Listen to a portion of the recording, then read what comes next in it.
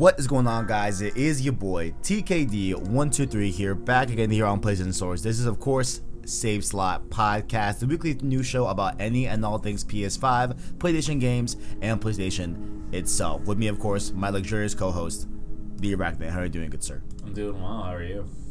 Doing, we chilling, It's been like low key, not that hot, but a little bit warm. Right. Yeah, no, like it's the calm before the storm. Truly. Yeah. Because I mean, we got our first 100-degree day like last year pretty early, bro. And like last summer was hell. It was so brutal last summer. Oh my god. So I feel like we might get a part 2 of that, but we'll see. Oh, no. And like as you know, the only part 2 I want is, of course, remake part 2. But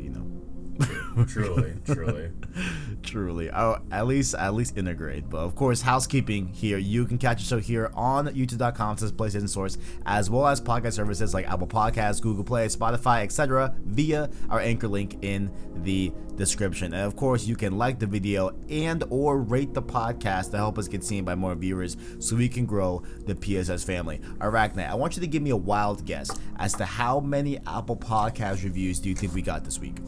None. Quite interesting, ladies and gentlemen. Why don't you want to rate us? Call me ugly, bro. Man, I'm gonna have to start. I don't know, do we need to set up like, hey, if we get 5 ratings, you know what, let me lower the bar. I'm sorry, because even 1 is too much. Like, if we get a rating, right, like, what do you think I should give back to the people? I mean, it's just a review, my man. Like, oh man. And most people, like, from what I've noticed, if they've got something to say, they usually leave it on the comment section of the YouTube video. It's true. Like, there are a lot of comments. Yeah, because true. that's where they expect, and they're correct, where we would first check. Like, when an episode goes up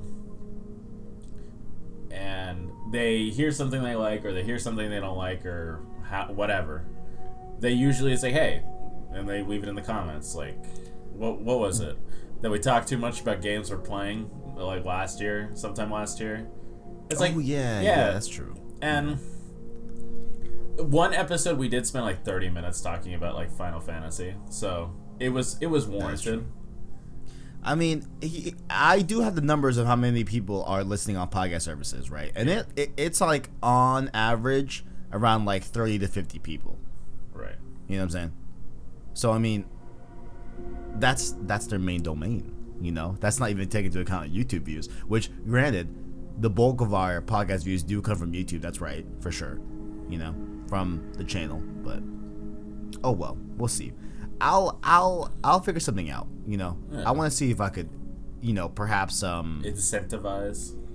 Yeah. A little, hey, you scratch my back, I scratch your back. You know what I'm saying? We'll see.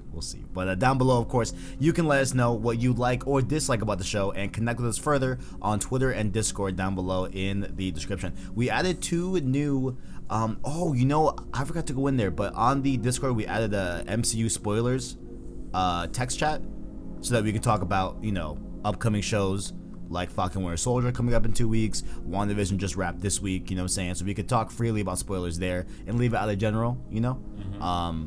So I gotta pop in there today and see what people have been saying, if there's any conversation there. I'm not sure, I didn't check it, but definitely you can check it out there on Discord down below in the description, as well as if you're feeling generous, feel free to hit that join button to become a member to become a member of the channel with the $1 Prince tier and our $5 King tier to become one of the members. And you can, of course, check out the stream series throughout the week as well. If you missed them, they are public playlists on the channel, but the videos themselves are unlisted.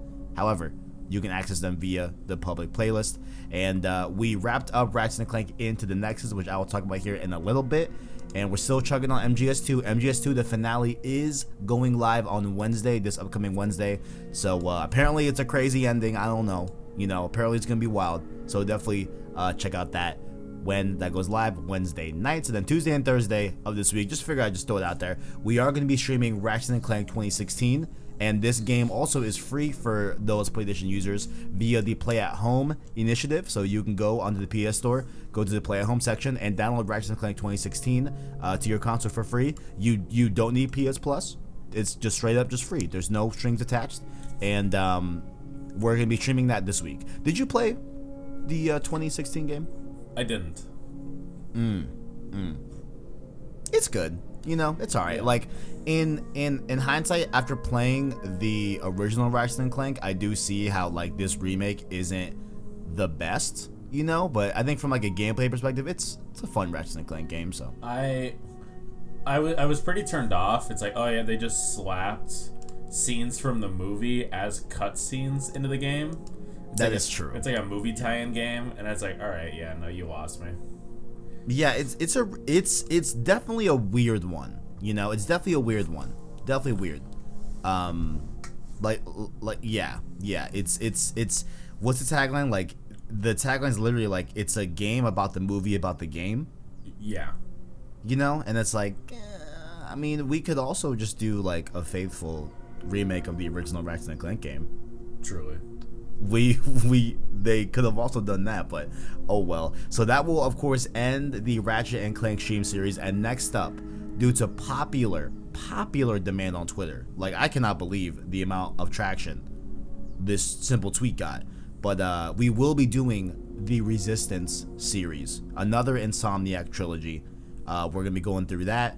I got Resistance 1 coming in the mail on Monday, so we're gonna be starting that up the week after next week. You know what I'm saying? So, yeah, excited for that. Definitely excited. But, of course, in case you missed it on the channel as well, before we go into what we've been playing, you can check out a review that I did with Nexigo.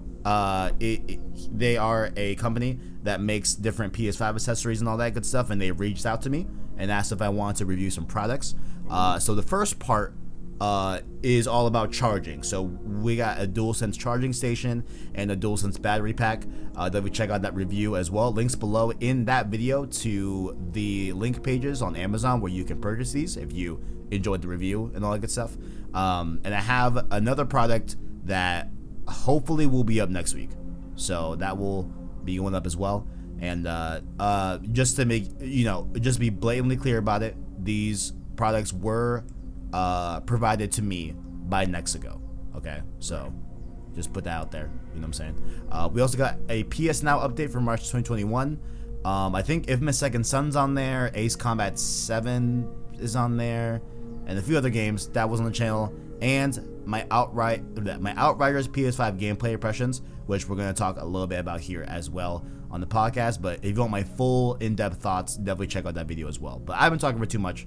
Arachnite, what have you been playing?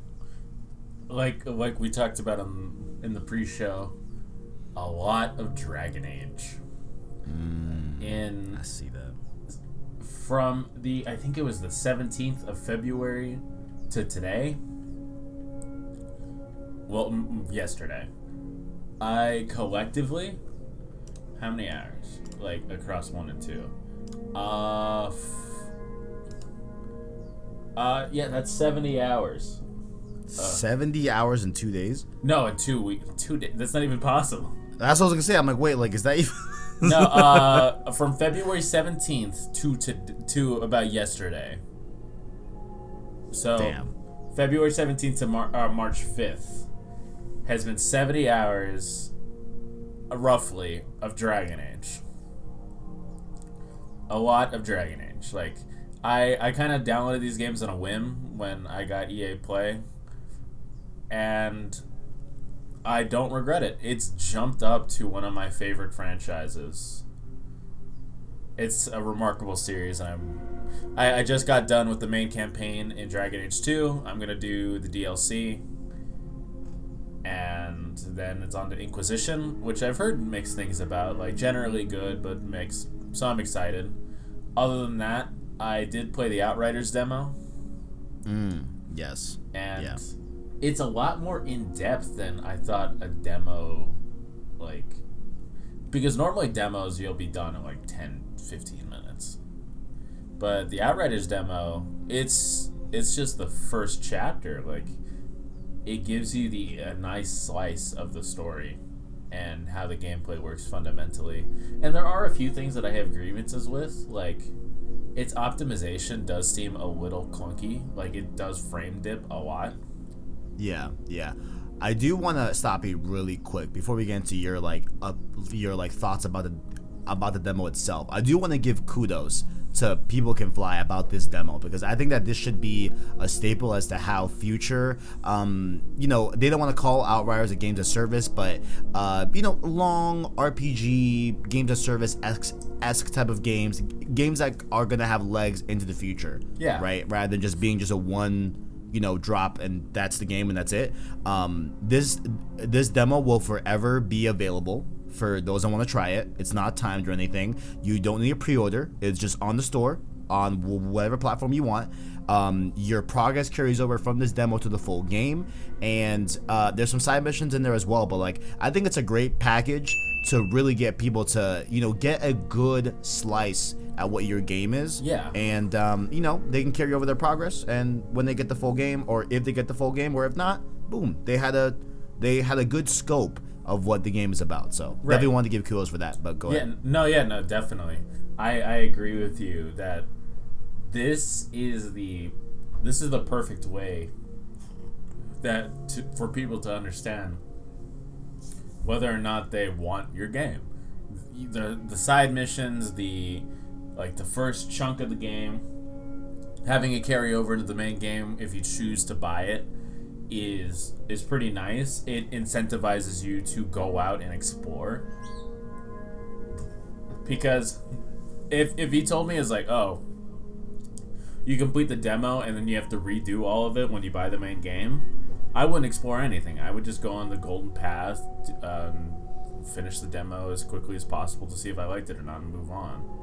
But I've been exploring, I've been looking around, trying to see what I can find.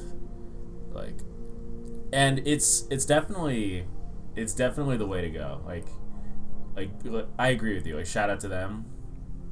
This should be a staple.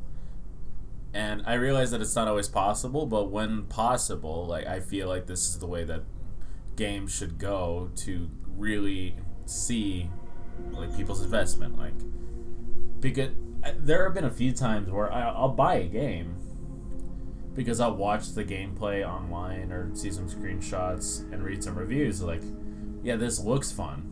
Like, this looks like something I would enjoy. I'd buy it, download it, play it, and it's like, this isn't what I was expecting, and this isn't very fun. And then I'd have to go and get a refund. And it's like, hey, yeah, can I return this? Like, I buy most of my games digitally. Like, the last game I bought physically, I think, was Sekiro. Damn. In March of 2019. Other than Sekiro, like, I cannot, like, from the extent of my memory, I cannot remember the last time I bought a physical copy of a game. So yeah. It's much nicer on Steam. It's like, hey, I played for less than 2 hours, it's not fun, bada bing, bada boom, refund. At least you get a refund, because over here on PlayStation, it's like, you can't start the game if you want a refund. Like, yeah, that's egregious. It's great. Yeah, there's hella bad simulations, but overall, definitely, like, how you feeling about the gameplay about Outriders? Because, like, I walked away pretty pleased with the core gameplay itself. I have complaints about the game as a whole, but I thought that the core gameplay got me, and I'm probably gonna get it day one, to be honest. Yeah, the gameplay was, like, the people saying that this is like if Division and some parts of Destiny had a baby, that this would be that. And I agree with them. Like, it felt very Division when I was playing it. The shooting felt nice. The powers were okay. Like, I honestly just relied on my gun.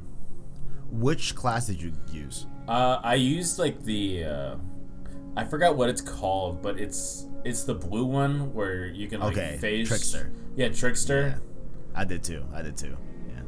And it was fun. You basically get get out of jail free card because your melee is a one hit kill. Yeah, that temporal blade, bro. Yeah. That shit's nice, bro. I mean, I definitely found a lot of the abilities to be really cool. I feel that they like worked in tandem very well with each other. I think that was like super well thought out overall. And I've also been hearing that like in that comparison pot, you know, people have been saying Gears of War, which I think would probably make more sense because People Can Fly used to work on that game. I just never played Gears of War, so yeah, neither have I just subbed in Division 2, which is the other, you know, cover-based shooter for the most part. You know what I'm saying? So yeah, but I'm enjoying it. Did you like those weird cutscenes where, you know, you can't jump over a 5-foot crevice without having a fade to black cutscene and then fade to black into the gameplay? You know what I'm saying? It felt like it was a hidden loading screen, and hidden I say with the biggest quotation marks. Kind of like how a lot of games in the last few years, it's like we need to hide a loading screen, make them shimmy through something. Like they're going through like a tight corridor. Like they're just gonna shimmy on something. I that's still smoother than the awkward jump, but I don't think they knew how to hide a loading screen.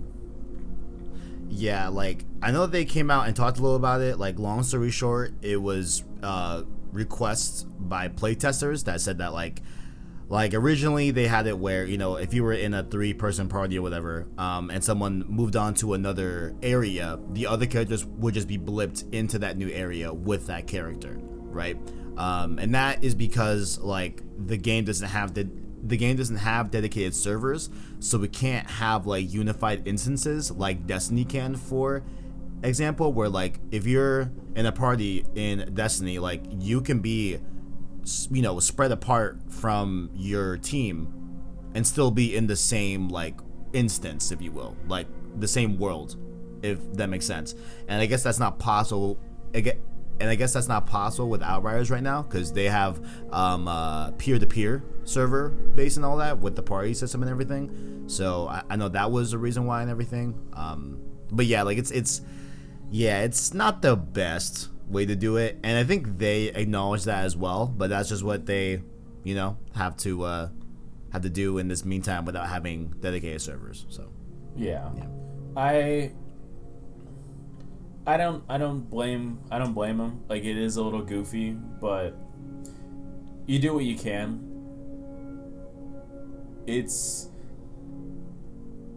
I understand like in a gameplay aspect, it's all 3 people need to agree to jump the crevice.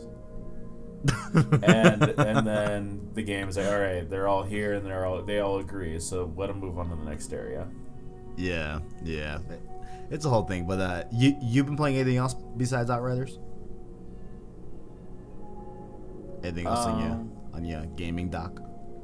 Honestly, no. Like Dragon Age has consumed all of my free time. I feel you.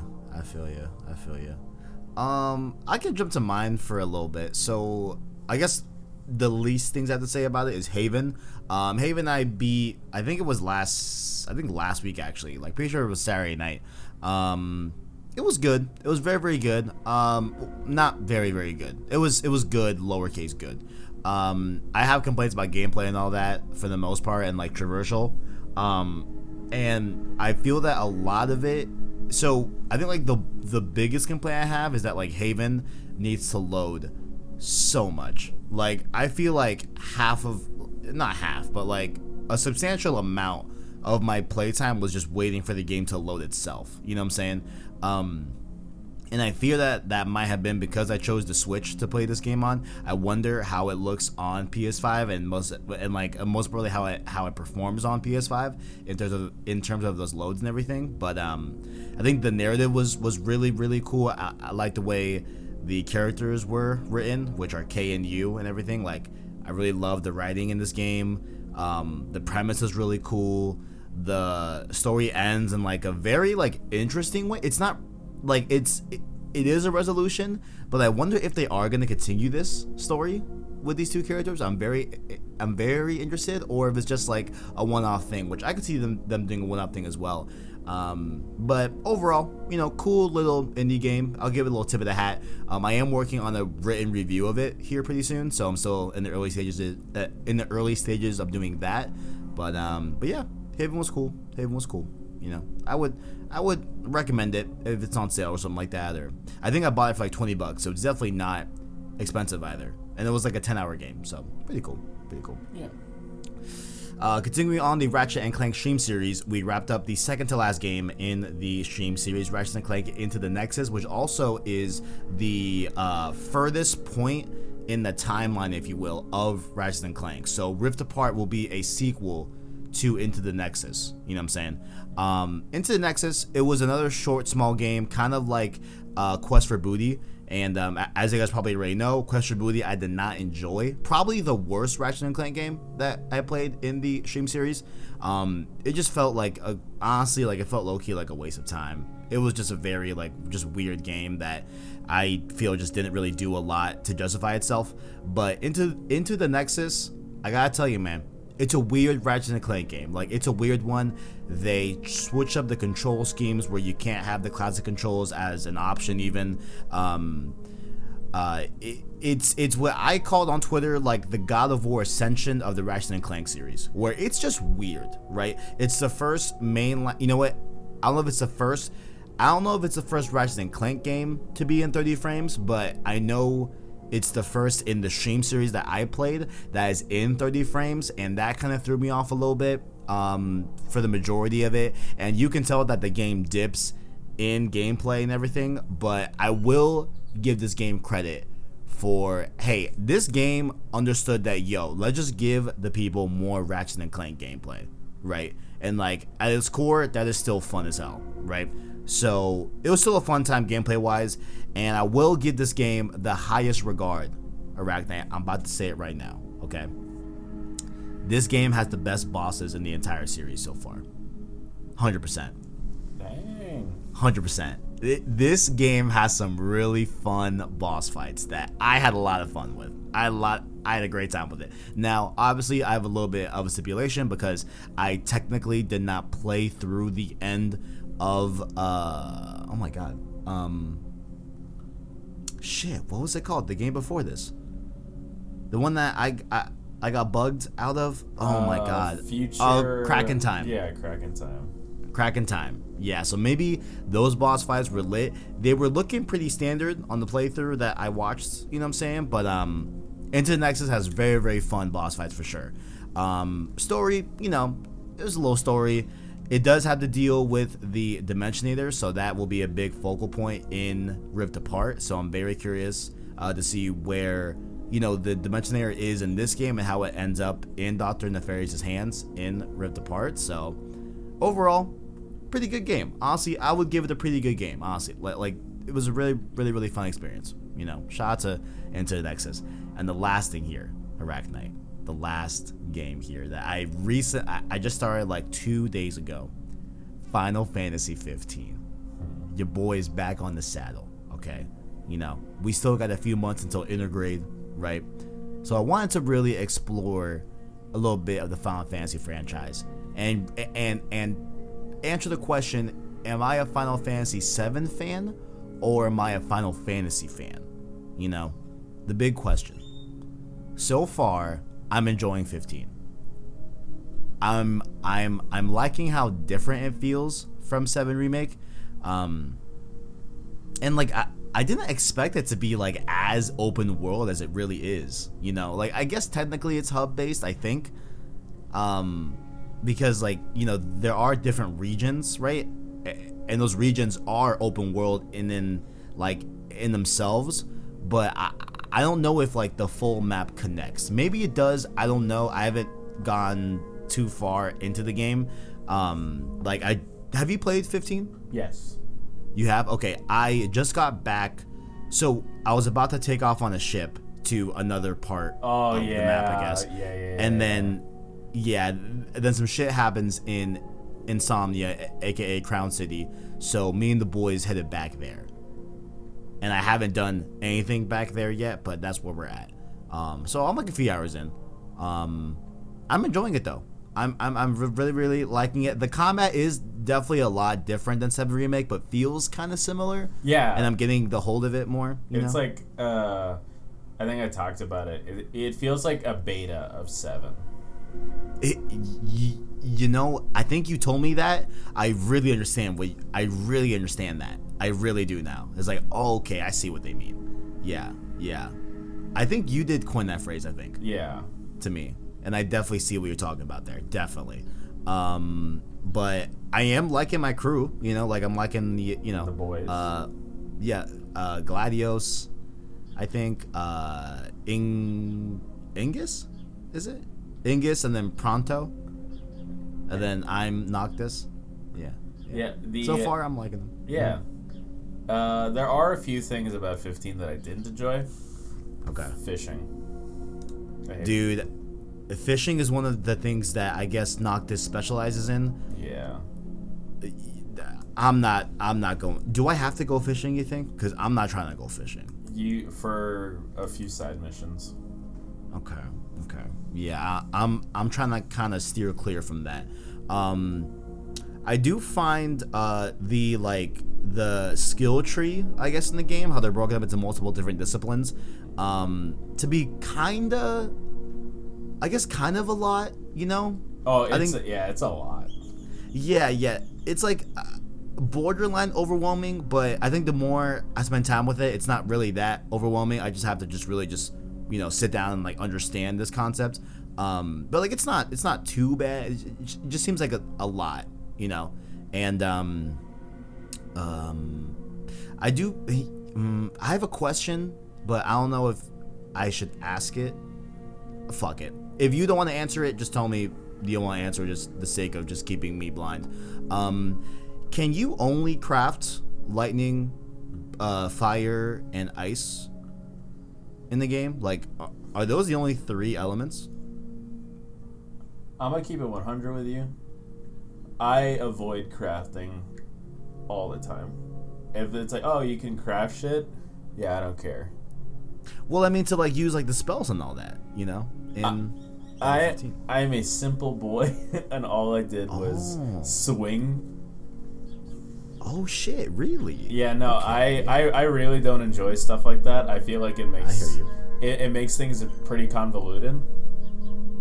Interesting. So it's like, if I can throw hands with just a sword, I'm just gonna throw hands with a sword. Yeah, I hear you. Like, I hear you. I'll like cloud before me. Fuck around and find out. Fuck around and find out. Oh man. Yeah. Okay, so I'll get into that, but I think it's like. I think I do gotta understand that, like, hey, listen, Kev, like, the materia system is a FF7 thing, okay? Yeah. Like that's not like a global thing, but like, they do have like different tiers of like fire and blizzard and everything. So I'm assuming it'll be like Blizzard, Blizzara, Blizzarga, or like however those ranked up in FF7. I'm assuming those are the same and everything, but I'll let you know. What else? Is there anything else I gotta say? I love the time period this is in. It's kind of like modern because they have cell phones and all that and guns, but it's still kind of like, well, I guess like FF7 had guns too, but like, I mean, not really, like only Barrett, kind of. And the guards, yeah. Yeah, the guards. Everybody but you. Yeah. Okay, right. Like, and like, I don't even think Noctis can use guns, but Pronto has guns, so it's cool to be able to like use those like tag team abilities, which I'm shocked that weren't in FF7 actually. Like these like tag team moves that I can do are really fun. Yeah, I think they didn't want to go too far from what 7 was. That's why in the easy difficulty you could have like, oh, they do combat on their own, but you just choose the spells. Yeah. Is that in easy or is that in classic mode? In base FF7, it was easy only. Because there was easy, normal, and once you beat the game, then hard. Uh-huh. And you could only do that on easy, but in Intergrade, I think they're changing it. Okay. Gotcha. Yeah. But overall, yeah, I mean, like, I'm definitely on this journey. I'm picking up my photos. I'm hoping that there's a big payoff to the photos I'm choosing as my journey continues. But we'll see. But overall, liking Final Fantasy 15. You know, I'm in it. I'm excited. Also, there's some things that I think the last thing I'll say. I think Christian described like Final Fantasy to me as like, hey, it's like Call of Duty, right? Where like there are core things that are in the franchise across all the games, but they're not necessarily connected. Besides like 10 and 10-2, you know what I'm saying, Black Ops and Black Ops 2, stuff like that. You know what I'm saying? Like there's interstitial sequels, right? But there are other things that like overlap and overcross the entire Final Fantasy. Chocobos. You know, I've been seeing those chocobo stops, but they call them birds in this game. I hope they call them chocobos eventually, but that's cool. Like the items, like, you know, potions and stuff like that, like those are called the same things.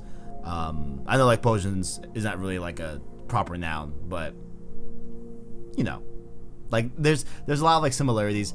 There's a tune that I didn't realize it was like the main Final Fantasy theme. Like, do you know what I'm talking about? Not particularly. I don't know how to describe it, but there's points where FF15 I think does its main theme, and it has a similar melody to Final Fantasy VII's main theme. So now I'm like, okay, is that just the main Final Fantasy melody, but they like remix it from game to game? I'm very interested. But overall, FF15, I've been enjoying it. We got a lot of things to cover in this episode, so let's just move on. But you'll be hearing my thoughts, of course, by week to week. You know what I'm saying? Of course, we got to return to our I don't know if it's our favorite segment, but it's a segment. You know, the Arachnite PS5 watch. Arachnite, what's the update for this week? I think you're better suited to talk about this. Dude, last week you gave me the go ahead to like, hey, listen, if you can secure one, secure it. Is that correct? Yeah. So your boy was like, all right, cool. You know, I was running some errands early morning. Wario64 banged my line. Personally texted me, you know, because we're like that. You know what I'm saying? It wasn't just a tweet alert. You know, he just DM'd me on the side. I was like, hey, listen, look, bro. PS5s. I'm just kidding. He did not directly DM me. He posted a tweet that was like, hey, Walmart's going to have them in 30 minutes. I'm like, okay, cool. All right. Sounds good. You know, I opened up my tabs, right? I'm doing the method, right?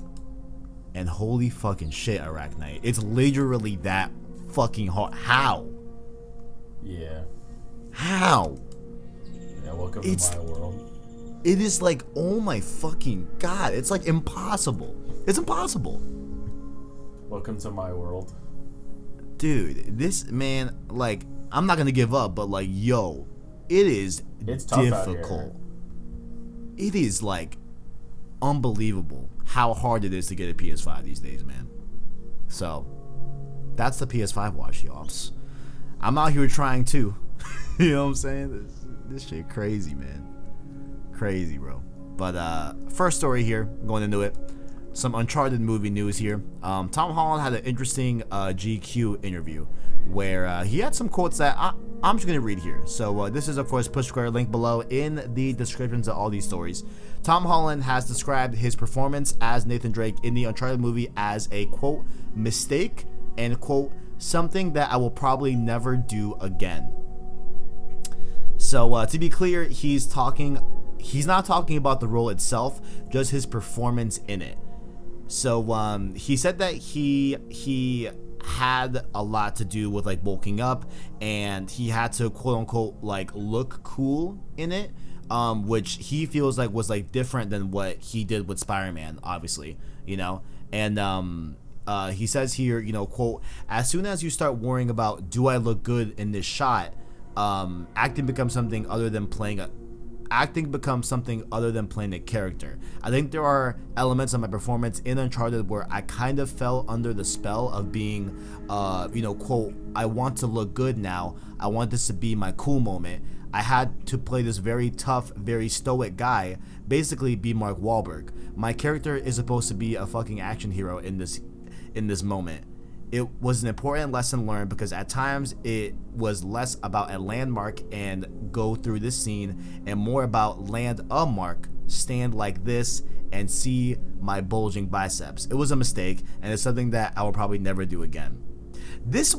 I'm shocked that they let him say all this. How do you feel about this, rap? What? From the headline, a lot of people, myself included, were concerned that it meant like, oh god, what are they making Nate out to be? And to an extent, it was correct, but it wasn't nearly as bad as everybody was making it out to be. Like, people that didn't read the article and just the headline. Mm-hmm. It definitely does not sound great. Like... And this isn't me being toxic. I'm not trying to be mean. I'm not trying to be toxic. But like, he doesn't look buff in the pictures we've seen as him as Nathan Drake. Like he's still he's still like in great shape. Like that's not up for debate. Like he's still in good shape, like we've seen in Spider-Man. But he still looks skinny. It's like, what do you mean bulging biceps? Like, you're fucking The Rock? How I phrase it is like, Tom Holland's, I feel like has a very, like, cut physique. Like, he has very, like, detailed muscles, right? But you're right, like, his overall, like, size is not crazy big. You know what I'm saying? Yeah, no. Yeah. But, I don't know, like, when I go to see the Uncharted movie, because I will. I will too. I just don't want to see Nathan striking a pose every 20 minutes. And it's like, oh, look, I'm a muscular, hunky adventurer. It's like, what? Nate runs like a fucking idiot in the game. Like, he looks like he's tired all the time when he runs. Yeah, like, and I think the biggest, like, red flag for me, honestly, low-key, was, like, him saying, I had to play this tough, very stoic guy, basically be Mark Wahlberg. And, like... That's not Nate. I wouldn't call that Nate. like, I like Mark Wahlberg, right? But, like, I don't think Nathan Drake equals Mark Wahlberg. No, absolutely not. Like, the only time we've seen Nate be kind of stoic, have like a stoic personality to him, was when he was like 16 in Colombia and had nothing. Yeah. And even then he was goofy and fun. Like, Nate isn't... When I think of Nathan Drake, I don't think like a hard ass or like somebody who takes himself too seriously. I think of somebody like lighthearted, happy-go-lucky, and fun. Like, sure, there's nuance to the character and depth, of course. But on the surface, the tip of the iceberg is that Nate is a happy guy. Like, he's reckless and he's fun. Like, he's not the brooding type. Yeah. And, like, I don't know. I just feel like they missed the point of the character. Like, if that's the route that they went with Nate, they missed the point. Yeah, I'm a little scared. This mainly had me scared a little bit about how they view Nathan Drake. You know what I'm saying? Yeah. Like, I'm and it's kind of shocking because PlayStation Productions is a part of this, right? Like, Sony's involved in, like, it's a Sony movie. You know what I'm saying? Now, as far as I'm aware, Naughty Dog is not too involved in this, as opposed to Neil Druckmann being like literally a part of the Last of Us series. That's a difference that's there as well. I know they have consulting. Like, I know Nolan North was on set as well. So I mean, like, if you have Nolan North, he knows Nathan Drake better than anyone, I feel like, aside from, Amy Hennig and other writers at Naughty Dog, right? Who actually portrayed Nathan Drake. And I feel like Noah North would not say that, like, oh yeah, the best one-to-one is fucking Mark Wahlberg. like, I don't know if he would say that, I think, like, there's elements of Mark Wahlberg that I see in Nathan Drake in terms of, like, bringing humor to an instance, right, that may be construed as serious, but bring a little bit of levity to a tense situation. Like, I can see that parallel to Mark Wahlberg, I guess, but I just see, like, Mark Wahlberg as, like, the dumb lucky hero in movies, right? And, like, I don't think Nathan Drake is dumb. No, like, Nate, from what I remember in the wiki, like, what does Nate call his luck? Like, the devil's luck or whatever? Something like that, yeah. Something like that. And I just, no, go ahead. He's lucky. Like, Nate's a lucky guy. Like, he should be dead 1,000 times over. But he's not. And that's equal parts skill and luck. Nate is a talented adventurer. And I hope they don't portray him as just, like, kind of like a bumbling idiot that stumbles into treasure.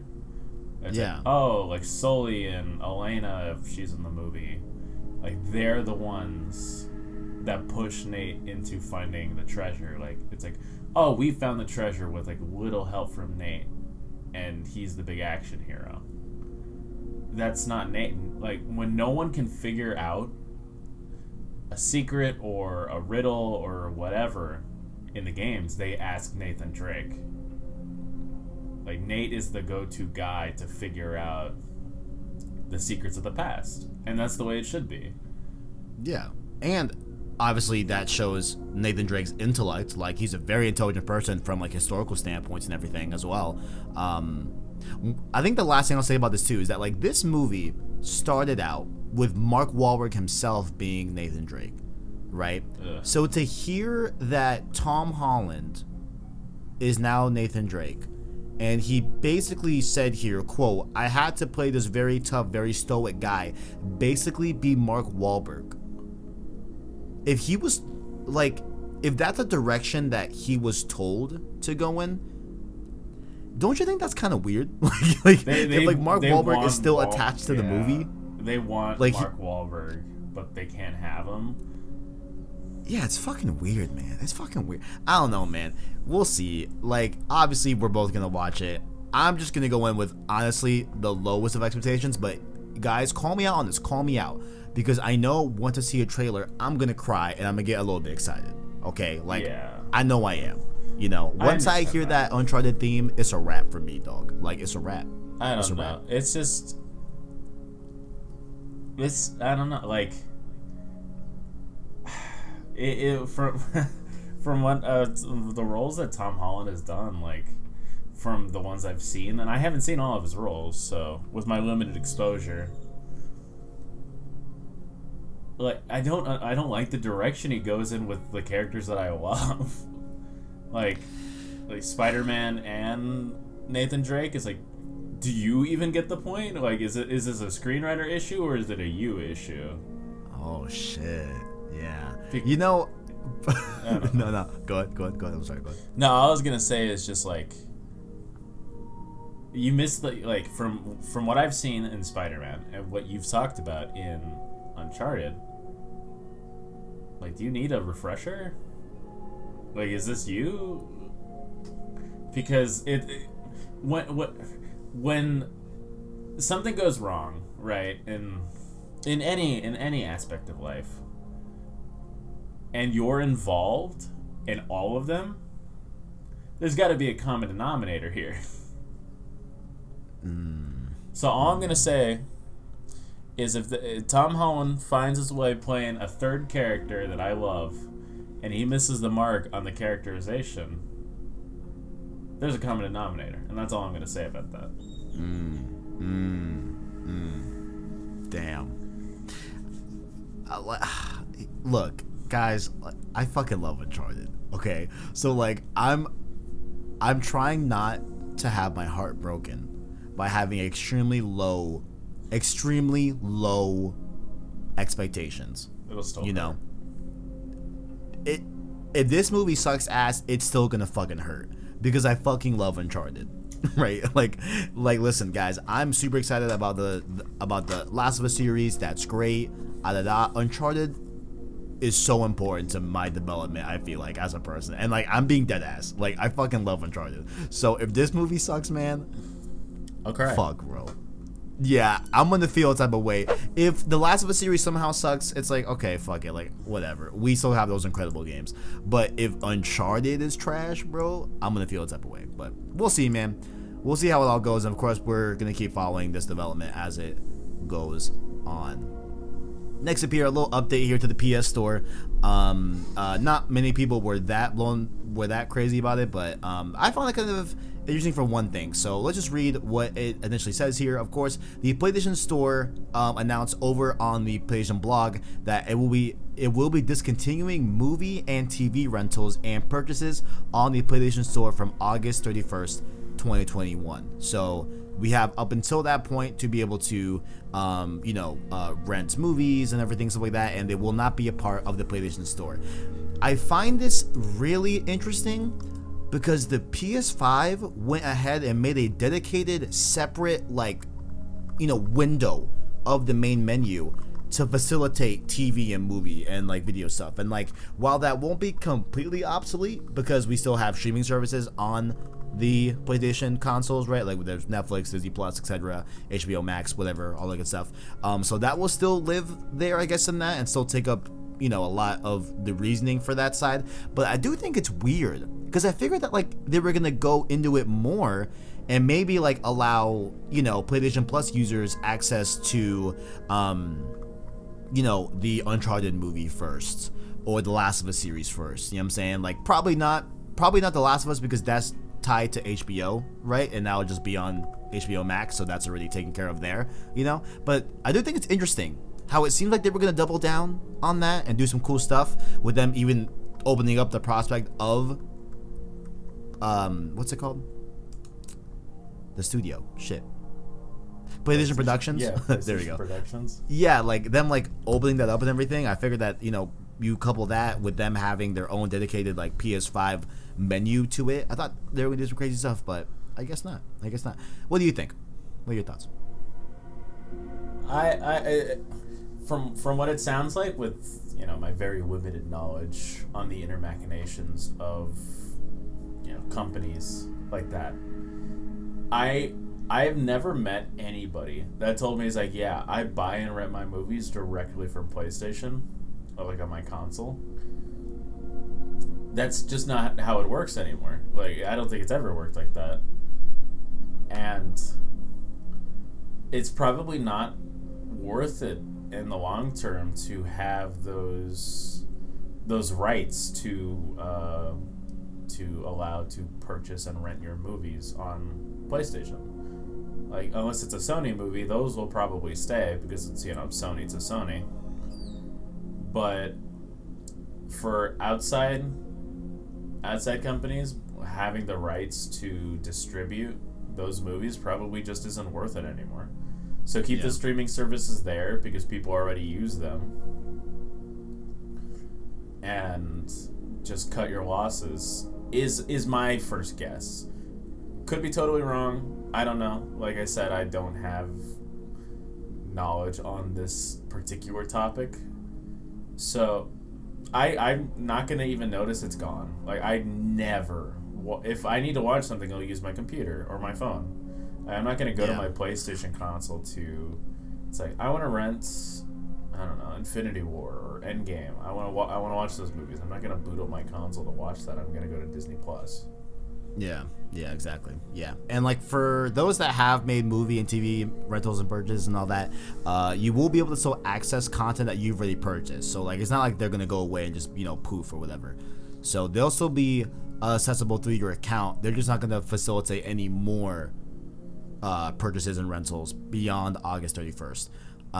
But yeah, I don't know. I think it's a weird move. I mean, like, to be honest, it really doesn't affect me because, like you said, I don't buy TV and stuff on my PlayStation. Like legit for me, bro, my PlayStation is a games console. That's the only thing it is. You know, I don't use it as a media thing. You know, I have Apple TV for that. So, but yeah, I don't know. Just thought it was pretty cool. I mean, not cool, like interesting, as to them shutting it down. And I feel like, the majority of PlayStation console users probably don't use their TV and video apps on their console. Maybe like the average person probably, but probably not like the most hardcore person, right? Maybe I'm wrong. I don't know. Maybe I'm wrong. But RIP to that. RIP to that. Next up here, Kojima Productions is back in the news with a little bit of a rumor going on here. There's been some chatter that there will be some updates to Death Stranding. Once again, link below in the description to this article on Pushsquare. But there has been some speculation for months now that there will be an extended edition coming to PS4 and PS5 for Death Stranding. So there's rumored to be some sort of port that's going to add extra content. And apparently it's already finished from what rumors have been saying. They're just, waiting to actually put it out. So I'm interested in this. I don't know if you played Death Stranding. I forgot. Do you have any history with Death Stranding? I just remember at work, like, you brought up Death Stranding, and fucking all the joy in my face left. That game was boring as fuck. and you pointed it out. It's like, hey, you played Death Stranding? And, like, my face, like, washed. It's like, yeah, I tried it. Oh man. It's a love it or hate it game, and you and I are on opposite sides of the camp is all I'm gonna say. Look, I don't know if I'm in the popular opinion on this. I'm really not sure if I am. I don't know the gauge, but I liked Death Stranding. You know what I'm saying?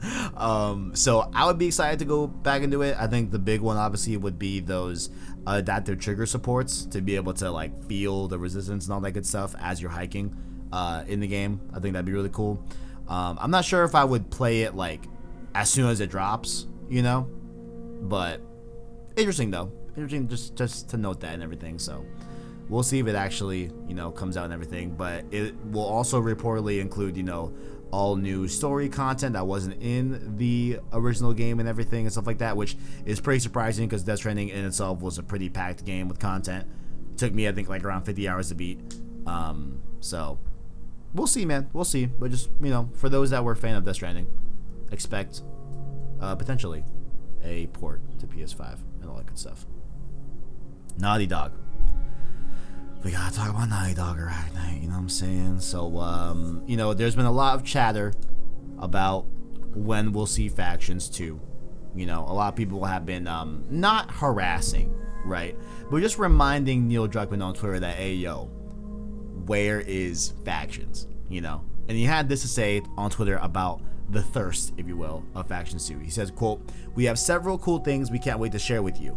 As soon as we can, we will." The big thing here is cool things. So plural. Okay. So I want to ask you, Ragnar, right? With all your infinite knowledge and everything, what do you think is cooking at Naughty Dog? What are your thoughts?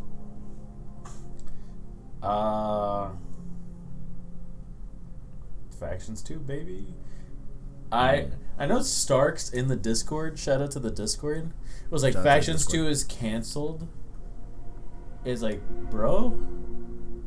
And he's like, yeah, I'm willing to bet on it. It's like, yeah, how much you willing to bet? Because I could use some money. Like, that's an easy bet win for me. There's no way Factions 2 is canceled because it got, like, parts of it got leaked. Like last year, if I recall correctly. No, there's been multiple leaks and there's been multiple footage. Obviously, you haven't seen it on the channel because I'm not trying to get my channel taken down, but they're out there. Yeah, for they're sure. out there. I've been given Google Drive links. You know what I'm saying? Shout out to that.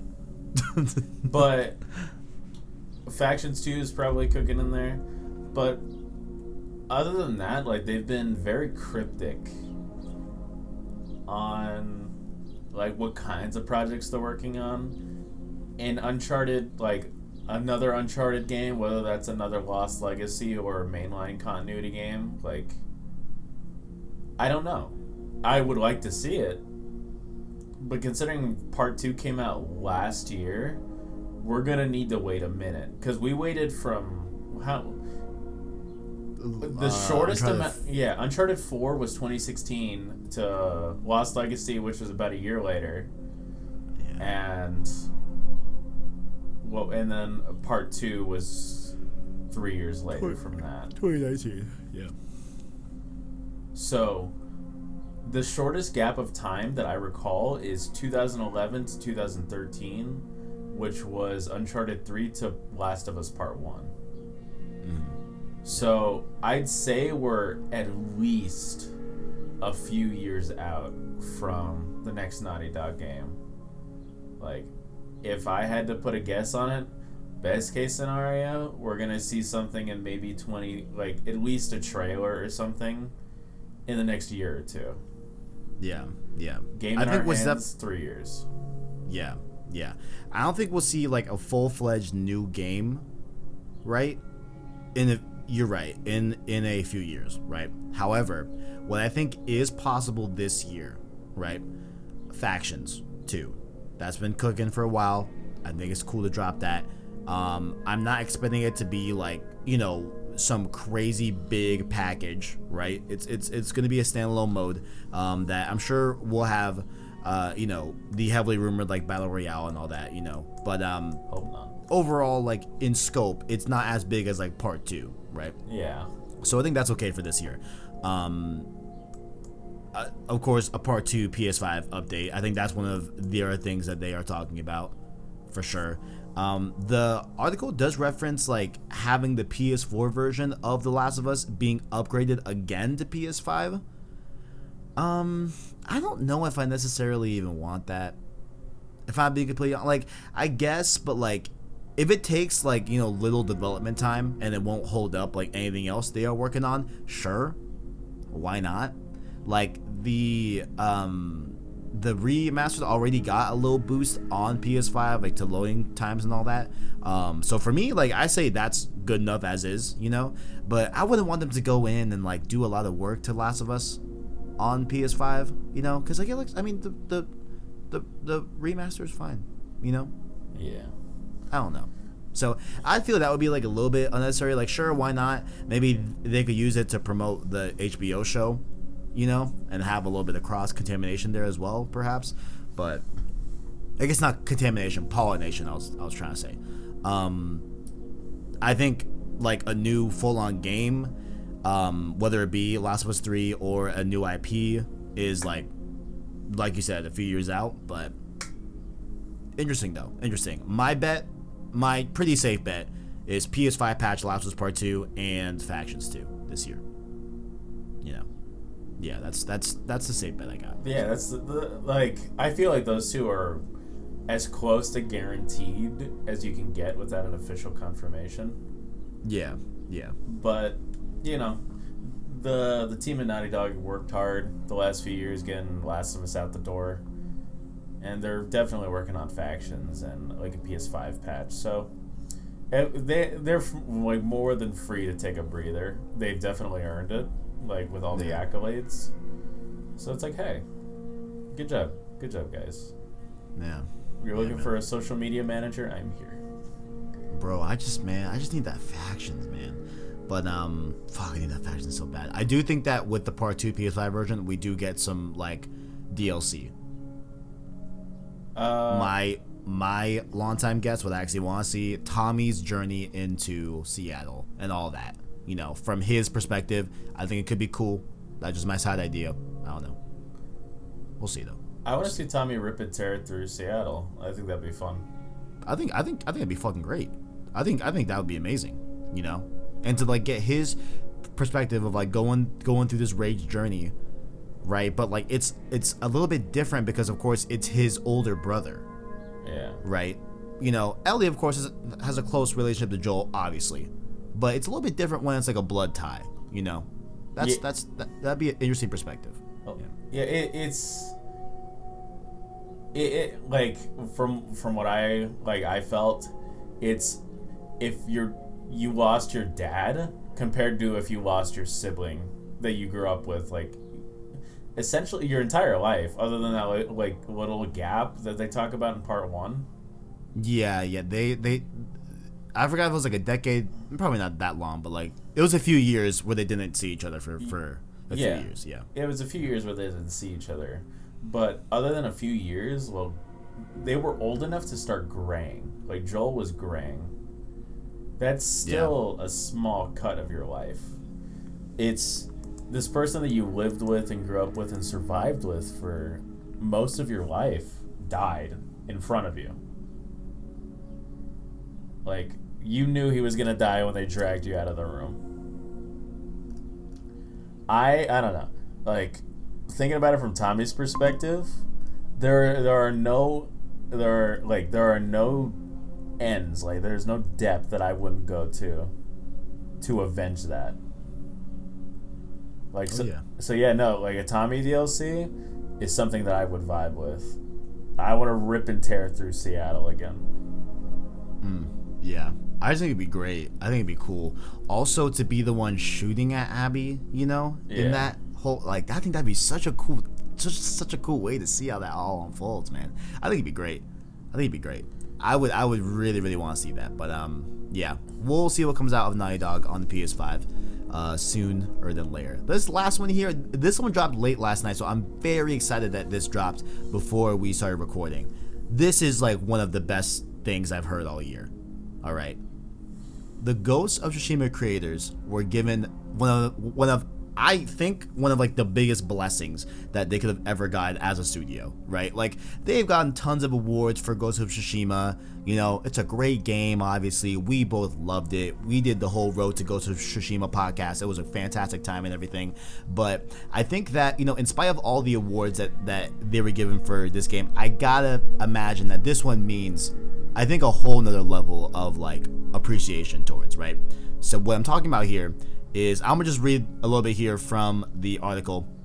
The real-life island of Tsushima will be honoring the work of Sucker Punch Productions by making both the game director and creative director of Ghost of Tsushima permanent tourism ambassadors. Kev, don't start it now. Tsushima Mayor Hiroki, I'm gonna try this. Hitakatsu, we're gonna roll with that, said this is being done because the pair have, quote, spread the name and history of Tsushima to the whole world in such a wonderful way, making them the first ambassadors to be awarded for sharing the name and history of the island through their works. Sony will now collaborate with Tsushima Island to set up a new tourism campaign designed to teach fans about the place and its historic landmarks. In a statement that Hitakatsu said, quote, even a lot of Japanese people don't know about the history of the Genko period. When it comes to the world, the name and location of Tsushima is literally unknown, so I cannot thank them enough for telling our story with such phenomenal graphics and profound stories. Nate Fox, the game director, and Jason Connell, creative director, will receive an award and letter of appreciation to mark their efforts. This is the coolest fucking thing I've heard in a while, bro. Like, dog, can you imagine working on this game and eventually like being helmed like a tourism ambassador of the literal island in the modern day? Yeah, fuck yeah, man. That is, I don't think they imagine that happening. Fuck, man. I'm gonna be real here. As somebody who sucks at geography, like, it is my worst subject hands down. If you ask me, like, gun to my head, where is Louisiana? I'm dead. Dude, I don't know either. Swear to God, I don't know. Swear to God. It's like, point on a map. Where is Louisiana? It's like, you might as well pull the trigger, gamer. Like, it's a wrap. So, I didn't know Tsushima was a thing until Ghost of Tsushima came out. Like, it's like, what is this? What is this island? And then we did the reading for the podcast and we talked about everything. It's like, wow, that's actually pretty interesting. And I imagine that I am not alone here. So I understand their decision fundamentally, along with the fact that it was Ghost fans that helped rebuild the Torii gates. That too, yeah. We did talk about that a few podcasts ago. Yeah, we did. It was on the dock. Yeah, we did. So I completely understand their decision to. It's like, hey, these people kind of put our name on the map for Western audiences, along with the fact that those said Western audiences have helped us fundamentally, like helped us in a time of need. And it's like they're thankful to the developers. So I understand their decision, and it's deserved.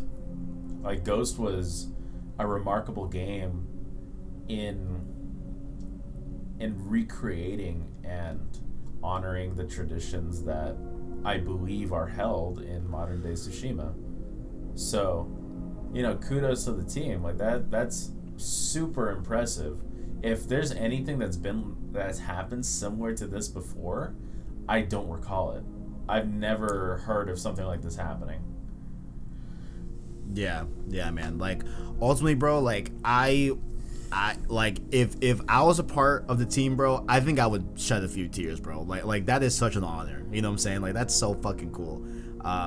So kudos to Sucker Punch, man. Of course, me and you are definitely diehard Sucker Punch fans for sure.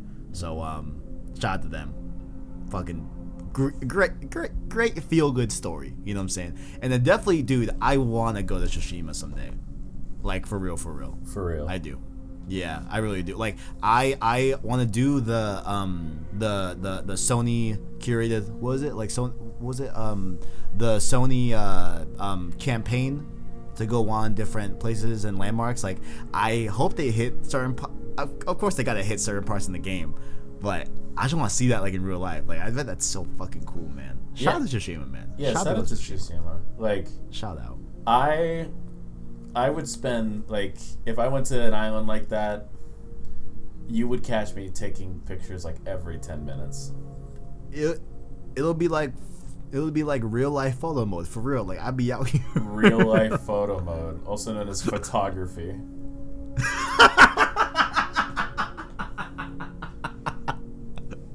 I'm a fucking idiot.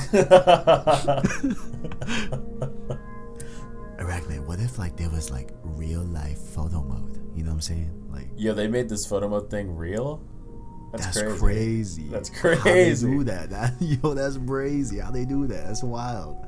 Oh man, shout out to Ghost. Shout out to Ghost, man. Shout out to Ghost. One quick thing I want to run through here, because I don't want to go through each and every single link, because, like, just some PSVR games. Of course, following their PSVR 2 announcement, they did do a little PSVR spotlight on the blog this week, where they announced a bunch of different games for PSVR. Some have dates, some have no dates, but I want to go over, just from the top to bottom, these 6 games that you'll be able to get for PSVR this year, and I think some next year maybe, because they don't have dates. But let's start, of course, at the top. Action adventure game Fract is launching this summer in 2021. Doom 3 VR edition will be coming out for PSVR, coming up here pretty soon, March 29th. So that one's coming up imminently, if you want to check that out. Survival game Song in the Smoke is also coming out in 2021. JRPG-inspired MMO Zenith is coming to PSVR as well. There was no release date, but there is a ton of info and screenshots that they put up on the blog, so the link below will be for that in the description. Fast-paced co-op shooter that is a FPS called After the Fall is coming to PSVR. This is from the creators of Arizona Sunshine, which I know a lot of people like that game on PSVR. There was no release date given. And lastly here, I love this title, by the way. I Expect You to Die 2, The Spy and the Liar returns as a sequel to PSVR in 2021.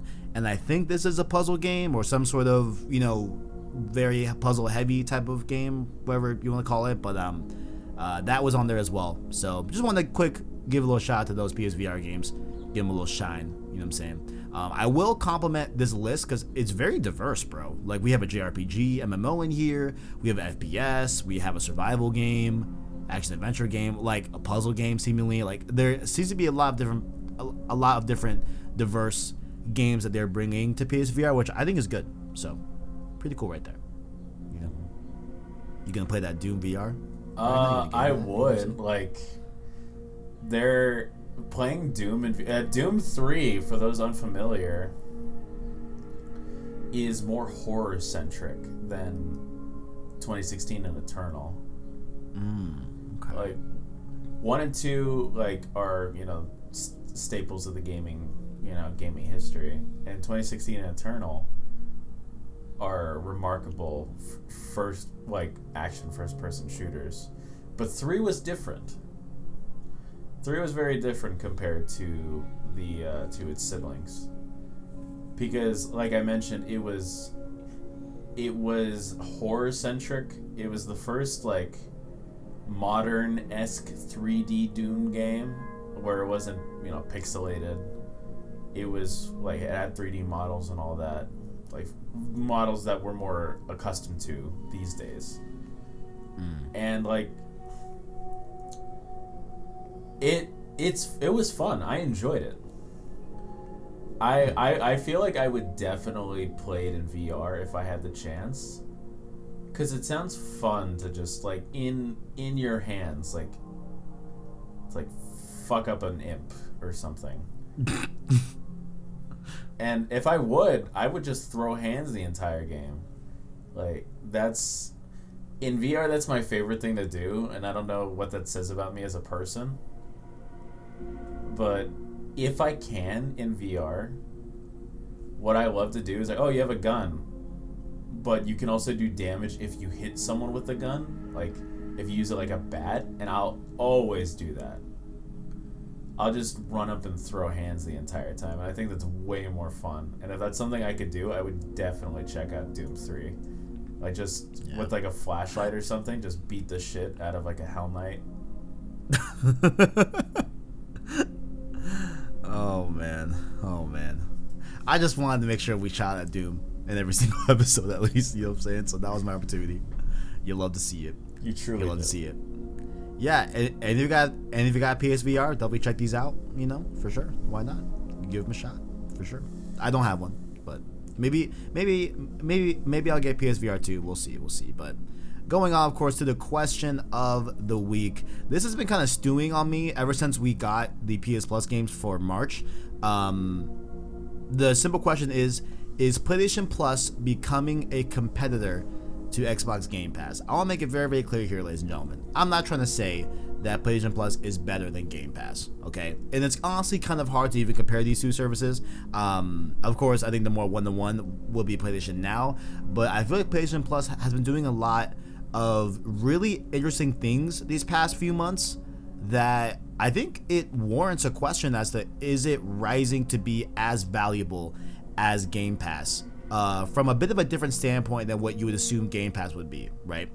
So I kind of want to lay out the PlayStation Plus games that we've gotten so far, as well as the PlayStation Plus collection. Kind of just have a general conversation about PlayStation Plus right now. Okay, that cool, Rack Knight? Yeah. Cool. All right, let's start at the beginning of PS5. Okay, in November of 2020. We got Middle-earth: Shadow of War, Hollow Knight Voidheart Edition, and then when the PS5 launched, those became available to the PS5 console, as well as Bugsnax, which was a day-and-date release, as well as Worms Rumble, which I don't think was a day-and-date release. Just Cause 4 was in December, along with Rocket Arena, which came out the summer of 2020 as well. We got Maneater, which came out last year as well, on PS Plus, followed by Shadow of the Tomb Raider, a big high-budget Square Enix game as well. Greedfall, don't know a ton about, but that was on there as well. Control Ultimate Edition, which comes with all of the DLC, PS5 version as well. Very, very cool offering there. Concrete Genie came on the scene as well. Destruction All-Stars, which was another day-and-date release as well on PS Plus. Maquette, which just came out this month, along with Final Fantasy VII Remake, again, FF7R, one of the best games last year, a GOTY contender, already on PS Plus for free. Remnant from the Ashes, a lot of people like that, so I've heard. Farpoint, a PSVR game, and then upcoming as well, Oddworld Soulstorm, which is another day-and-date launch for PlayStation Plus dropping on the scene. And then, of course, here, as you know very well, I'm sure, going to run through these really quickly. The PS Plus collection, which these are still available as of right now on PS5. They go as follows: Bloodborne, Days Gone, Detroit Become Human, God of War, Infamous Second Son, Ratchet and Clank, The Last Guardian, Last of Us Remastered, Until Dawn, Uncharted 4, A Thief's End, Batman Arkham Knight, Battlefield 1, Black Ops 3, Crash Bandicoot Insane Trilogy, Fallout 4, FF15 Royal Edition, Monster Hunter World, Mortal Kombat X, Persona 5, and Resident Evil 7 Biohazard. Every game I just listed, if you got a PS5 day one, you have gotten all those games for free up until this point. Besides Oddworld, which hasn't dropped yet, but still. Like, that's a lot, man. It's a lot of games. You know, and like, yeah, and like, I mean, I just want to like kind of have a conversation of like, you know, there's a lot of like big heavy hitters here that are on the list that we just, you know, that listed off that like, I think it's interesting to see what they're doing with PS Plus. I kind of want to ask you, like, how do you feel it compares to Game Pass, you know, overall? Because like I don't have Game Pass. I think you have Game Pass. I do. Well, I did. Okay. Or did. Right. When did you stop having Game Pass? Like not too long ago. It's just because it's really fucking expensive. $50 a month times 12. Yeah, I can see that. You got Game Pass money, like. Do they allow you to buy like a year subscription? Yeah, like, but still, it's really, really expensive, and I wasn't using it all that often. So I was like, why am I paying for this? If I don't think PlayStation Plus is as good as Game Pass, because it's, like you said, it's hard to compare the two, because PlayStation Plus has about like 3 games every month for free, completely free, with a base $60 subscription per year if you choose to do that. While Game Pass is $15 per month. I don't know how much the yearly pass is, but you get every game on Game Pass at your disposal as soon as you have the subscription confirmed, right? Mm-hmm. So, I don't think it's fair to compare PlayStation Plus with Game Pass, because they set out to do fundamentally different things. I think a closer argument would be PlayStation Now. And I do feel like that has a little more merit in comparison to Game Pass. I don't like the streaming aspect of games. I think that it should be just a hard download. And I think that's the big... Sorry. Let me make a drop. Go ahead. Sorry. Go ahead. No. You go. I was just gonna say, like, I think that's the main reason why, like, I don't think that it's really effective to compare PS Now to Game Pass. Like, there are more games on PS Now than Game Pass, but if I'm gonna keep it 100 with you, a lot of the games on PS Now are like really obscure PS3 games that like ain't nobody really looking to play, right? You know, and of course the biggest detriment I feel like is, you know, not being able to download all of the games on PS Now. You can download the PS4 games for sure, and we just got like Second Son on there this month, and Ace Combat as well, which are pretty heavy hitting games overall, like generally speaking. But all the games that I mentioned on PS Plus, those are all games that you can download natively on the PS5. You know, that were all given for free. Well, not for free, like quote unquote, with the PS Plus subscription, right? At no additional charge. Yes, at no additional charge. Yes, yeah. So I just think it's just an interesting turn that we've seen here with PS Plus, that I wonder what it'll look like a few months away. You know, like, are they gonna switch up the PS Plus collection? That's the word, collection. Like, are they gonna, you know, cycle out some games? Like, would you want to see them do that or act that? Like, I'm just curious, you know. Just, I think it's interesting, like, to see PS Plus and what they've been doing with it so far, you know. And we had Jim Ryan say that they are interested in bringing more day and date launch games on the PS Plus as a way to publish brand new games onto a wide audience. Just what do you think, man? I think it's at least interesting for sure. No, I definitely agree.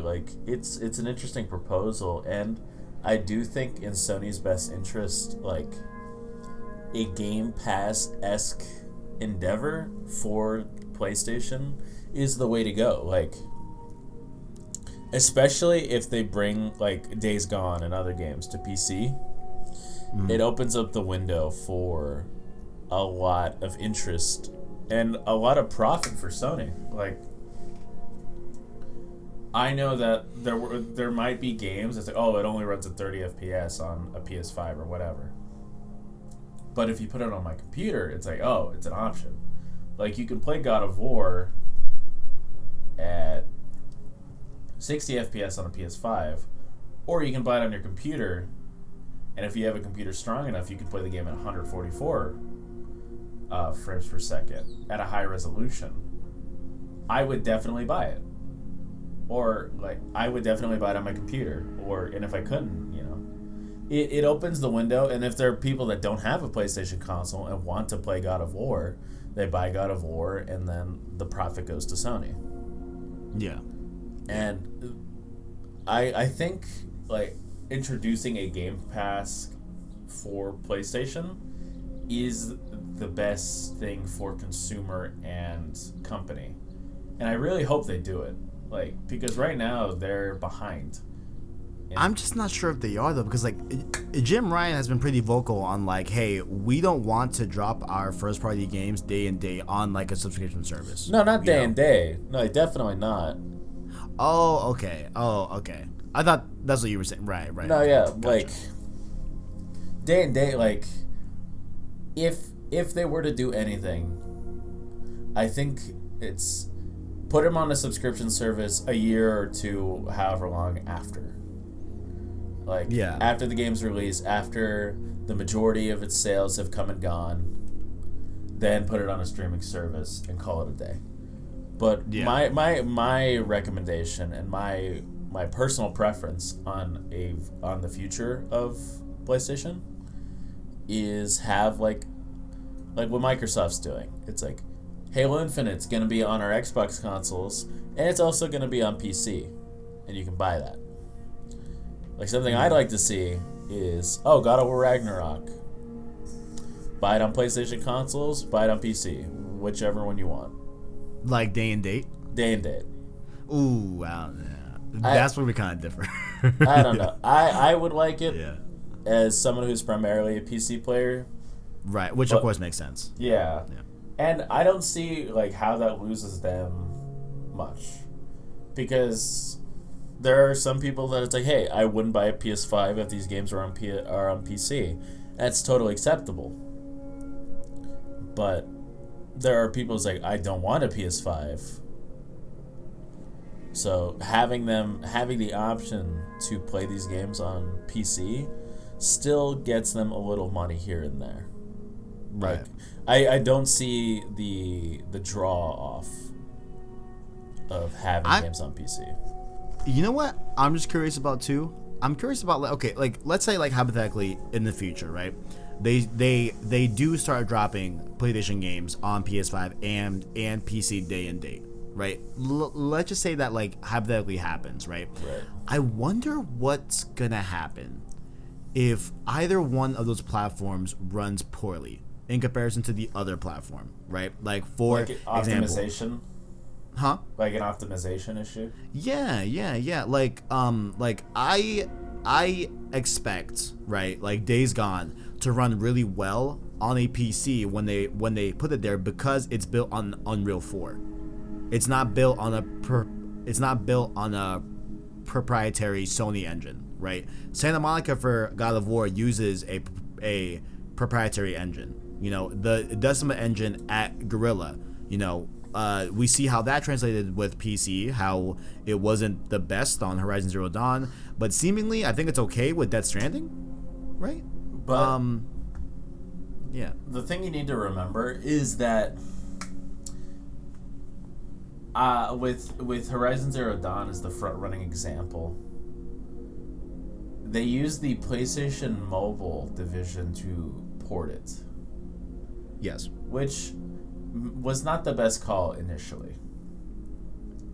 Okay. But if you have a dedicated segment of porting games for PC and optimizing them before release, then it probably, if it's on a proprietary engine, then I honestly wouldn't mind waiting. And like, if God of War Ragnarok came in on PS5, right, and I had to wait a year to get it on PC, I would probably buy it twice because I'm stupid. Right, yeah. And if I had to wait a year to get it on PC, I either would wait or I would buy it twice. But yeah.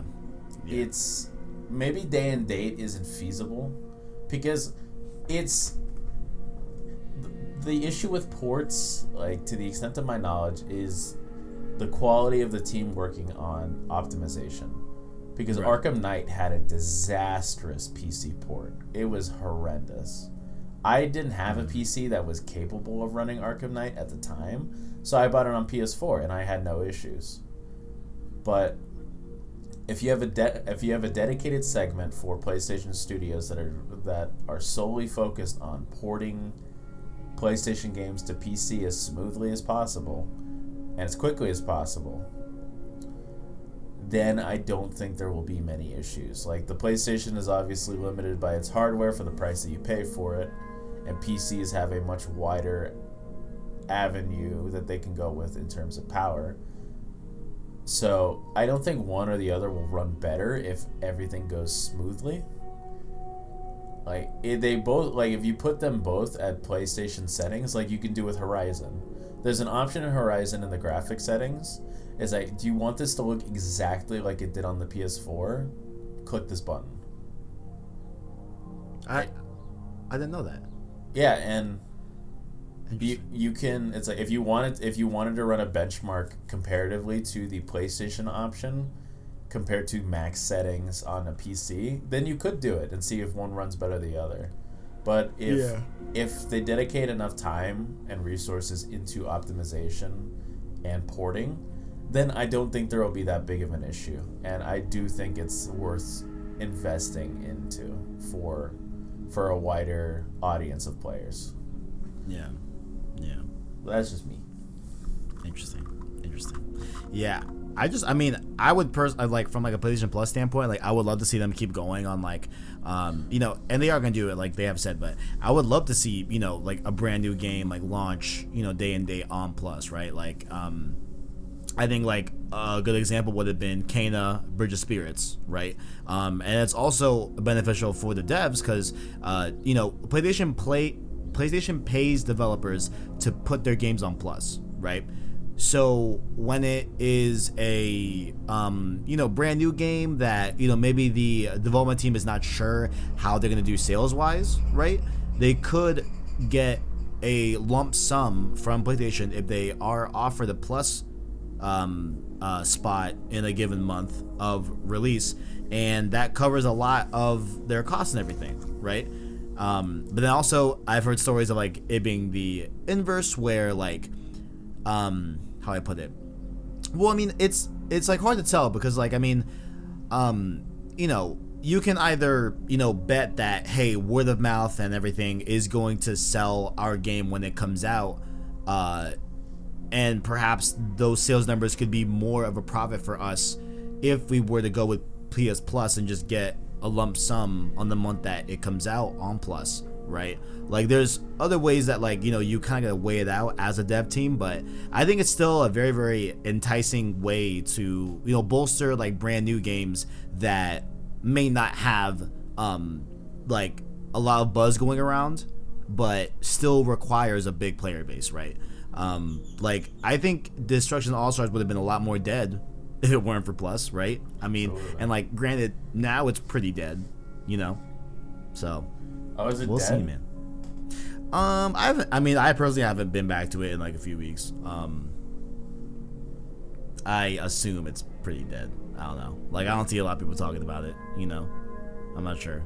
Maybe it's kicking. I don't know. Maybe. But I just think that like what's been really surprising too is that like when you look back at the list I just read you, right? Like all the games that you get on PS5 with PS Plus and the PS Plus monthly games that we've gotten since November, I think a lot of them are very, very high quality, like super good acclaimed games, right? Like Last of Us is on there, you know what I'm saying? Bloodborne's on there. A lot of people love Bloodborne, you know what I'm saying? Control, etc. Like there's a lot of like high quality games that like I know Game Pass has a lot of high quality games, but I think that like there's just like a different like caliber. I mean, maybe I'm wrong. I don't know. I think like a lot of it is that like a lot of the PlayStation first party games are there, right? That are just not going to be on Game Pass ever, right? Like you won't get A Last of Us, you won't get God of War, you know, you won't get Detroit, etc. But I think it's just really cool like how for no extra cost we've been given like a lot of games. On top of that, bro, we still have Play at Home. We're just gonna go on for another 3 months up until June. So we have 3 extra bonus games on top of PS Plus that you don't even have to have a PS Plus subscription to have. You know? I just think it's really interesting. Like, and I didn't want to lump in the games for Play at Home like with Ratchet and Clank because that's more of just like a seasonal, just like this is just a very temporary thing and it's not really it's not really telling of like the full picture overall on like a regular month or whatever. But I just still think it's pretty impressive, man, like what they're doing here, and I'm personally liking it, you know, with Plus lately. Yeah, no, things are definitely changing. Like Indeed. I'm excited to see the future on like what's going on and how things change because it feels more consumer friendly. Mm-hmm. Because before it was buy your fucking games, broke ass. It's true. Like the games that like from what I remember of my youth that PlayStation Plus offered wasn't worth the subscription on PS3. There were so many games, bro, like early, like late PS3 when Plus started happening and like early PS4, bro, where, yeah, like you would redeem them, but like, you know, they were just some, you know, they like weren't the most, it wasn't getting Final Fantasy VII Remake this month on PS Plus a year after it came out. Right. Like, it wasn't that, like sometimes there were some big games, but on a month-to-month basis, it was pretty much just like some mid games. You know what I'm saying? Yeah, it's like you're right about that. You're right. So nowadays, it seems like they're really putting it into like we want to make things as what's the word I'm looking for, as like appealing, enticing, I guess? Yeah, enticing, appealing to the consumer as we can possibly make it to get people to stay interested. Because the only reason that a lot of us got Plus to begin with, speaking for myself and a few other people that I know, is because we had to play online. But incentivizing people to keep Plus, like say, oh, I don't really play online games on PlayStation, why would I keep Plus? This is a good reason to keep them sticking around, because I don't play a lot of games online on PlayStation. If I'm playing a multiplayer game, I'll usually play it on my computer. But the only reason I still have Plus is because I'm excited for games that come out on Plus, which is what I imagine they're going for. Yeah. And I mean, like, also to that point as well, I feel like it makes it easier to get Plus. If you're if like your main appeal for it was for the online, because now you get all these extra goodies, like you get so many extra games that like it sweetens the deal by a lot, you know, as opposed to like back in early 20, you know, like late 2013, early 2014, right? Like, yeah, it was just for the online, so I can play COD or whatever. Yeah, you know, so it's like I have to get this. Exactly. Like I feel like it's becoming a lot more less of a need for people and more of like a, yo, this is fucking great. Yeah, this is worth it. Yeah, there are people right now playing last year, like the Joystick's GOTY and many other people's game of the years. I think IGN gave it to them as well. I think was it IGN? Fuck, I don't know. Maybe it was Polygon. I forgot. But like FF7 Remake, like that's a GOTY right there. For free. You know that people are playing right now at no extra cost. Like that's fucking great. That's dope as fuck. You know. So. And like I know this is going to be a lot different when like Game Pass starts bringing out those really big, heavy hitting, Microsoft games when they come out, like whatever is cooking up at Initiative. I think. Wait, isn't Initiative doing what's that game? Fuck. It's like an old IP. Perfect Dark. Yeah. Isn't that them? Yeah, like that. Halo Infinite's obviously, coming out on Game Pass and like all their other games on top of the Bethesda thing, which, that acquisition is finishing up, I think like this week or like this month or whatever. So, obviously I don't think it's that irrational to think that, every Bethesda game is launching on Game Pass as well. I would imagine that. So, that's going to be a whole different dynamic. But, like, I think, like, right now, like, what we got going on with Plus, I really think it's, it's obviously, I'm not going to call it one-to-one with Game Pass, but it's definitely getting a lot better, And I think my only question is, like, I would like to see this type of effort towards PS Now, I would like to see them allow PS3 downloads, right? I think that'd be fucking huge for PS Now, I would love it to like where they could up the streaming quality and the overall like quality of the stream perhaps. Like right now, like I don't know if you knew this, Arachnite, but it's at 720p, right? For streaming. Now, what you gotta really take into account is that a lot of those PS3 games, every PS3 game that I've played off of PS Now is already in 720p, right? So while like it looks a little bit worse on streaming, it doesn't look that much off of like running it locally, right? And you really don't got to worry about that on PS4 games, because why would you stream PS4 games when you could just download them anyway, right? So that's kind of like a non-issue, but I would like to see them bolster the streaming quality on that. Hopefully whatever techno gizmo they gotta do to let us download PS3 games, I think that would be great for it too. And I think that would really bring it up to Game Pass level, I feel like, overall. But I don't think that like they'll ever do like the day and date release of PlayStation games on PS Now or whatever. But I think we're seeing like a new age of PS Plus that I'm interested to see how they go forward. For sure. I do got one last question for you, my man. Do you want to see the PS Plus collection change and evolve and grow?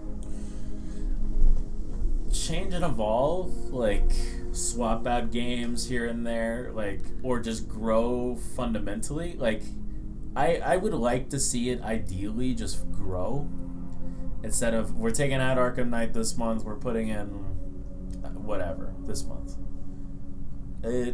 Because you don't know when someone's gonna get a console. Like, you might have gotten a console on day 1, somebody might have gotten a console on day 100. You're like me, you get a console fucking never. Like, you don't know when somebody's getting a console. It's like, oh, I want to play Batman, but now I can't because I was unlucky and couldn't get this console until this point. And then you buy the game, and that sucks. I think the most fair thing to do for consumers is to further incentivize them to get Plus. It's like, instead of the 10 games that we started with, since you, like, from the point where we started this till the point that you got the console, we've added 5 more games. Instead of we've taken out 5 and we've swapped 5. So, instead of 10, you get 15. So you get to enjoy all of the games that we've previously had along with the new additions, instead of you got here a little too late. I hope next month Batman's back, and if not, then you're just gonna have to wait or buy it. And that's not totally fair. Like, you need to, when you make decisions like that, you need to cater to those that don't have one as much as those that do have one. Like, I use the comic book example a lot, but every comic has the ability to be somebody's first comic. every comic out there is going to be somebody's first comic, or at least has the potential to be. So you need to work around that.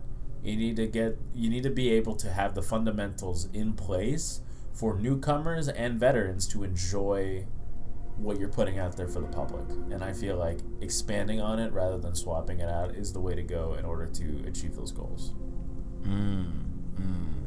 I see that. Yeah, I see that.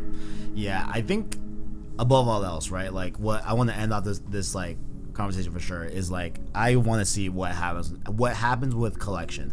Is it like an annual update, you know? And like, you're right, like, is it more of an additive thing, which I think like you definitely stated that like you want there to be games that are added to the list and not just swapped out for the most part. I think there are some here that like we can swap out. Like, I think Black Ops 3, like, Zombie Chronicles is very, very cool, right? But, you know, you could probably swap that out, right? Like Battlefield 1, we can swap that out. You know what I'm saying? Like there's a few here that I can see them swapping out, or like maybe they just swap out like the third party stuff, you know, and keep the first party stuff intact and then growing as time goes on. I think that could be cool. But yeah, definitely looking out for collection because it is a part of PS Plus for sure. So ultimately, yeah, I think PS Plus is, you know, definitely gaining some really cool traction, and I think it's really upping the bar and being closer to Game Pass than what we've ever seen it become, you know. So yeah, that's that. But that is that. Arachnite, you have any parting words as we depart this episode 7 of Saves Out Podcast? And then where can the people find you? Play Final Fantasy VII. Do that, kings. Do that. Treat yourself. It is my favorite game in the last few years. It's not just my game of the year, like, from last year. It's moved, like, the last 2 years have really just been, like, hitting me. It's games that I didn't think I would enjoy very much. It's like, why not? Like, I'll try them out anyway. And if I don't like it, then that sucks. And it ends up, like, becoming, like, one of my favorite games of the year, one of my favorite games of all time. And that is exactly what happened with Final Fantasy VII. Like, 2 years ago, 2019, you would have caught me ragging on Final Fantasy. It's like, wow, imagine playing Final Fantasy. Like, that shit's whack. And here I am. Literally. So definitely play Final Fantasy VII. It is one of my favorite games of all time. It's a blessing that it's free. Like, that is something that everybody should take advantage of. Even if you don't play it, just redeem it. Maybe you'll play it later. Yes. But, I agree. So, other than that, you can find me on the PlayStation Store's Discord under the same name of the Arachnite. We mentioned it earlier. Great Discord, great people, a lot of fun. Definitely hop in and you know, like, join the boys. I am on Twitter at Orly_Macias, where I post pictures and talk about video games, comic books, and all that good stuff. And that's it for me. Beautiful. Yeah, just to like kind of like piggyback off of your FF7 comments. Honestly, I said this on stream. I'll say it here because I'm kind of like saying it, but I'm not gonna say it yet definitively. Right? You'll probably see a tweet if I do end up deeming this worthy.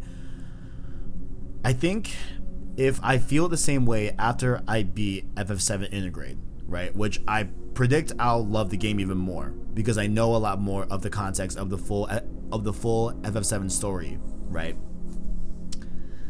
I think Final Fantasy VII Remake might be my favorite game of all time. Yeah. I'm gonna just leave you with that. I really think it might be. Right now, it's undoubtedly top 3.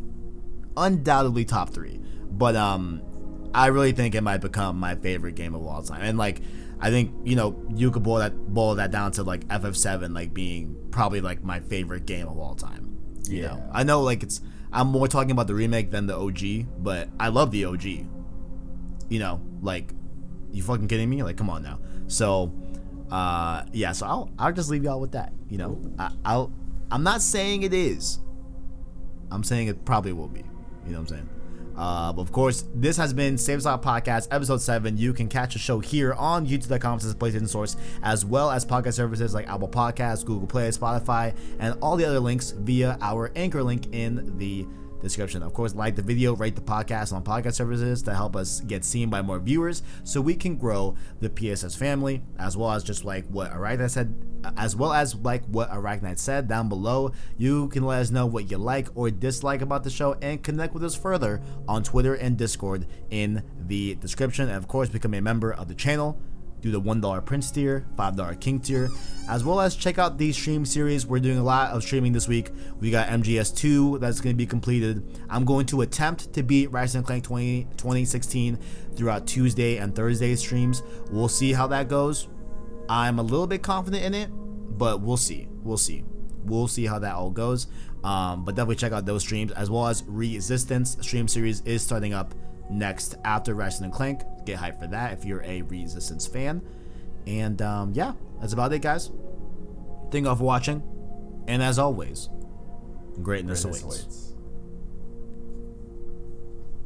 Arachnite? Yeah. Dude, wait. Did you say greatness awaits? Yeah, I said it. Bro, I barely heard it. Oh man, I was like, did he die? What happened? He gone.